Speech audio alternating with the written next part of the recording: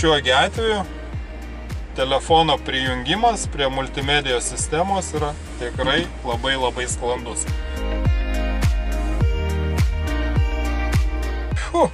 Labai atrodo viskas netgi praktiškai.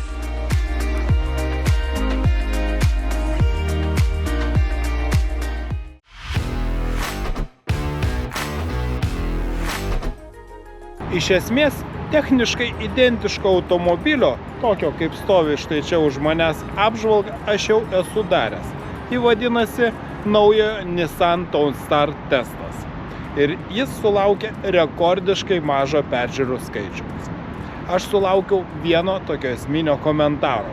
Man buvo sakoma, na, jeigu būtų keleivinė versija, tai galbūt ir būtų įdomus automobilis, tačiau komercinis furgonas su krovininė talpa ir tik 2 sėdimom vietom, na, niekaip negali būti mums įdomus. Ir iš esmės žiūrovai yra teisūs. Tad štai jūsų teismui Nissan Townstar bendraplatformis elektrinis Renault Kangoo. Kaip jau minėjau, tai yra tos pačios platformos automobilis, kaip ir Nissan Townstar, tik skirtingai nuo Nissan japoniškos markės furgono, šis automobilis yra galimas ir kaip keleivinė 5 durelių versija.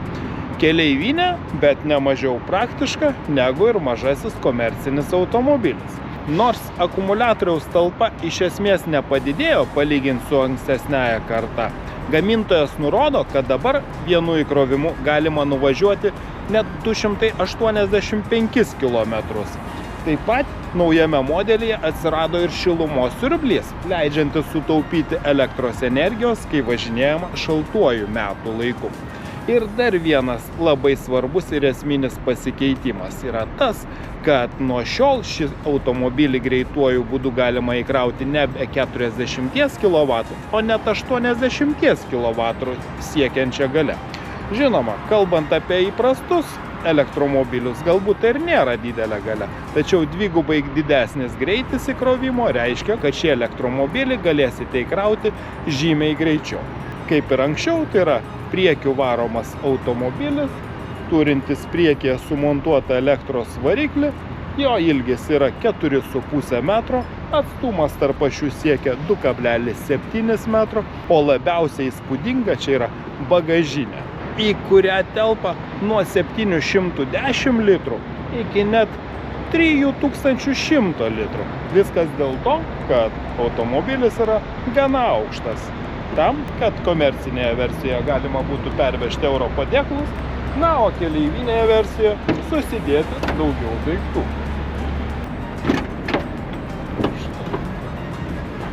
Jeigu reikia plačiau atlenkti dureles, čia yra tokie fiksatoriai, kurie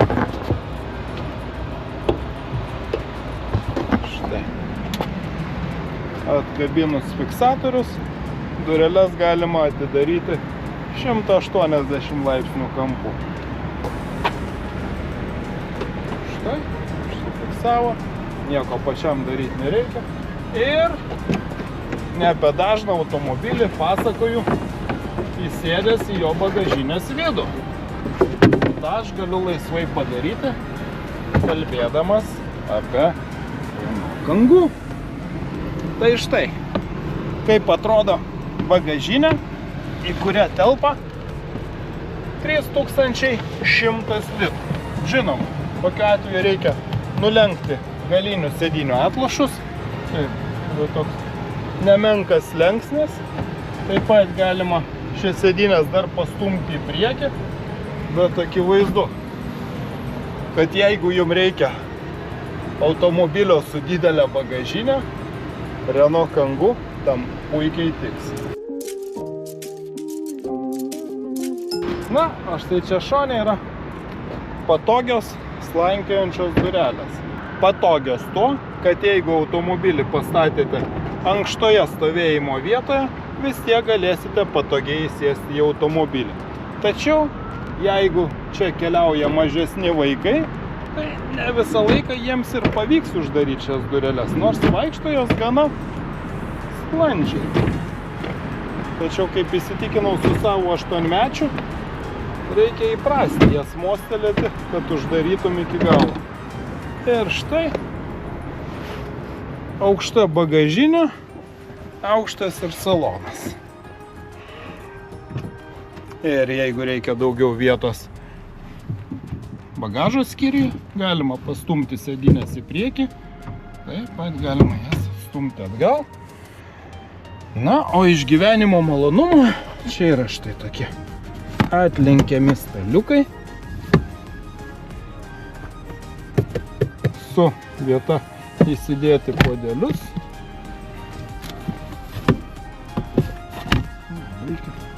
Gana viskas aiškiai ir paprastai. Žinoma, jokio atlenkiamo porankio čia nėra. Taip, štai, čia yra 12 voltų rozetė, 2 USB jungtis ir mažas vėdinimo grotelės. Atrodo viskas patogu ir štai dar nedidelė dėtuvėlė.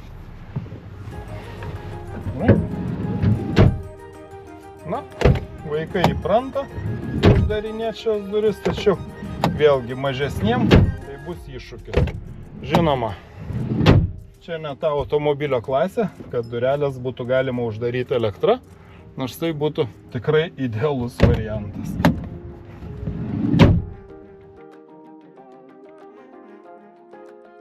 O dar čia, bestrikinėdamas aplink automobilį, atradau vieną tokį įdomų momentą, kad nors čia ir yra 5 vietų elektromobilis ir kitoks jis nenumatomas būti, bet jei kalbėti apie modelį su vidaus degimo motoru, bus ir toks Renault Kangoo, kuris vadinsis Grand Kangoo, tai jis turės 7 sėdimas vietas. Bus didesnio kėbulo automobilis, kaip jau žinote iš mano apžvalgos apie Nissan Star, kad gali būti L1 arba L2 komerciniai automobiliai.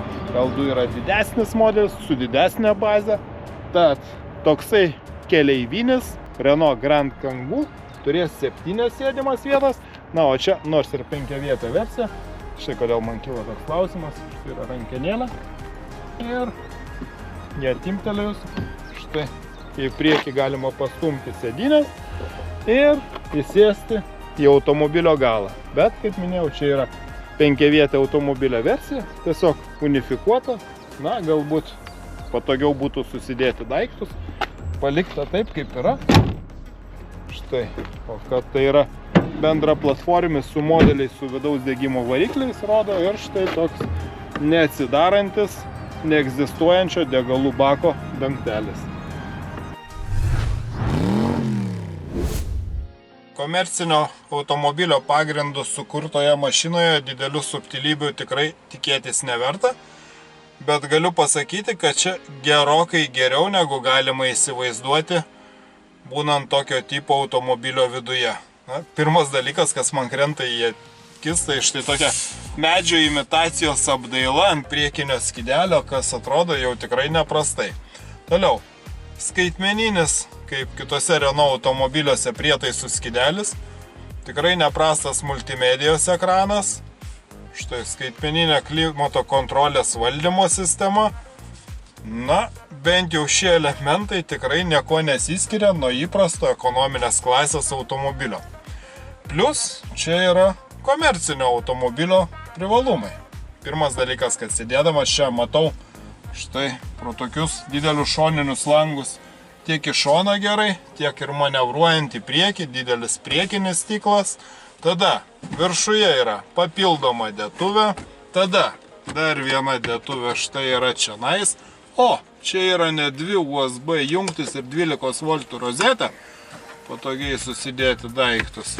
Tai dar vienas telefono laikiklis, dar viena 12 voltų rozetė čionais, 2 puodelių laikikliai, belaidis telefono įkrovimas, dar viena dėtuvė čionais, tikriausiai čia galima taip pat įsidėti telefoną, na, bet belaidis yra apačioje ir tikrai labai patogioje vietoje, dar viena dėtuvė štai čionais ir žinoma štai toks kaip iš ankstesnių Renault modelių žinomas, išvažiuojanti dėtuvė priešais priekinį keleivį. Žinoma, plastikas čia kietas, bet jūs tikriausiai ir nesitikėjote minkšto. O ir dar viena dėtuvė, tokia gana siaura, bet gili. Štai čia tarp priekinių sėdynių. Sėdynės turi šiokį tokį reljefą. Štai kažkokia keista rankenėlė pareguliuoti apatiniai stuburo dalies išlinkimui. Na, dėtuvėlės automobilio durelėse iš tikrųjų tai labai atrodo viskas netgi praktiškai. Iki maksimalaus ergonomikos patogumo norėtųsi, kad čia būtų ne įprasta svirtis, o elektroninio važiavimo režimų perjungimo svirtis, kad nereikėtų kiekvieną kartą atvažiavus ją pervesti atgal į stovėjimo padėtį. Čia galbūt vienintelis toks ir būtų trūkumas. Na, bet atrodo viskas tikrai labai šauniai.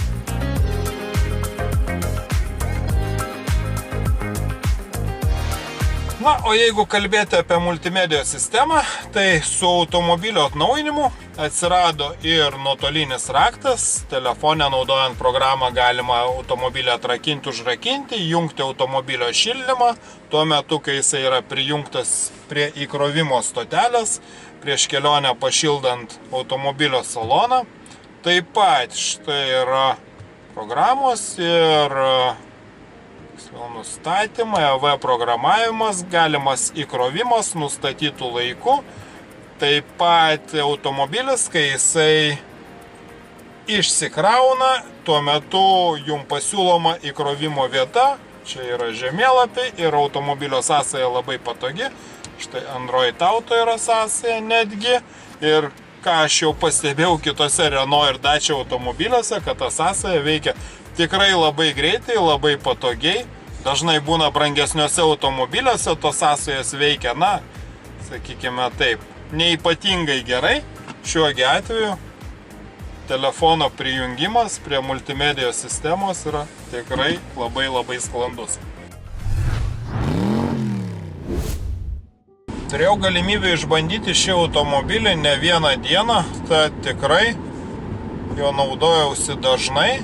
Ir supratau, kad tai gali būti tikrai puiki mašina kiekvienai dienai, ypatingai jeigu jums reikia erdvesnio, talpesnio automobilio, o tuo labiau važinėjant elektrą galite naudotis ir kai kuriomis eismo juostomis viešojo transporto, taip pat palikti automobilį nemokamai stovėti, tai tikrai yra privalumų.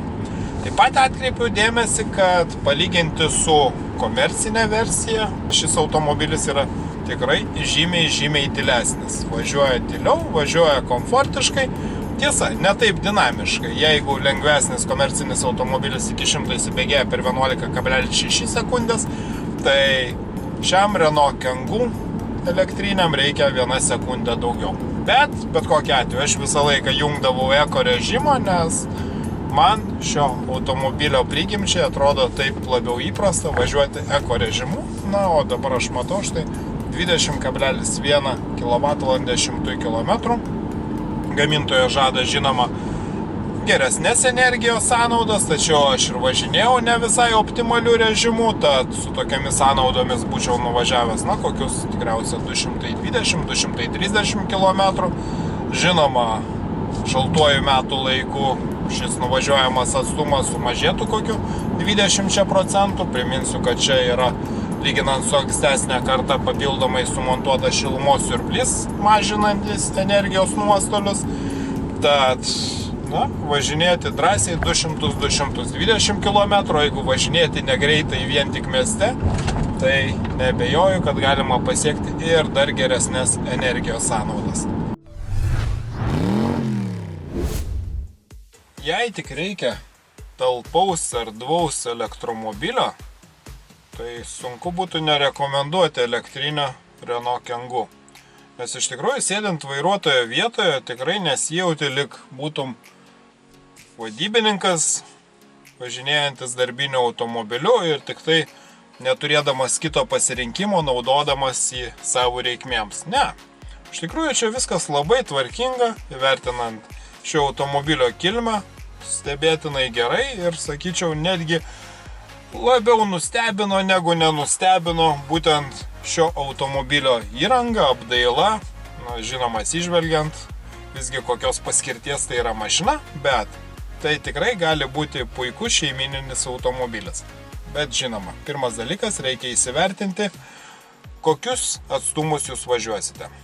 Visgi nuvažiuojamas atstumas su 45 kWh talpos akumuliatoriu yra gana ribotas, 200, 220, 30 km. Jeigu važiuoti labai taupiai, tikriausiai galima pasiekti ir gamintojo nurodoma 285 km nuvažiuojamą atstumą, bet žinoma, nieko panašaus nebus, jeigu jūs važiuosite greitkelėje, važiuosite greitai, energijos sąnaudos bus tikrai didesnės, vien tik dėl didesnio aerodinaminio pasipriešinimo, tad reikia traktuoti, kad tai yra automobilis daugiau važinėti mieste, aplink miestą, na ir galbūt kažkur išvažiuoti į keliones, bet tikrai nevažiuoti greitkeliu. Na, o jeigu ir važiuosite greitkeliu, teks maždaug kas kokiu 130-150 km stoti įkrauti, bet visą laimę, kad dabar tas įkrovimas yra dvigubai greitesnis ir iki 80% galima įkrauti per 42 minutės.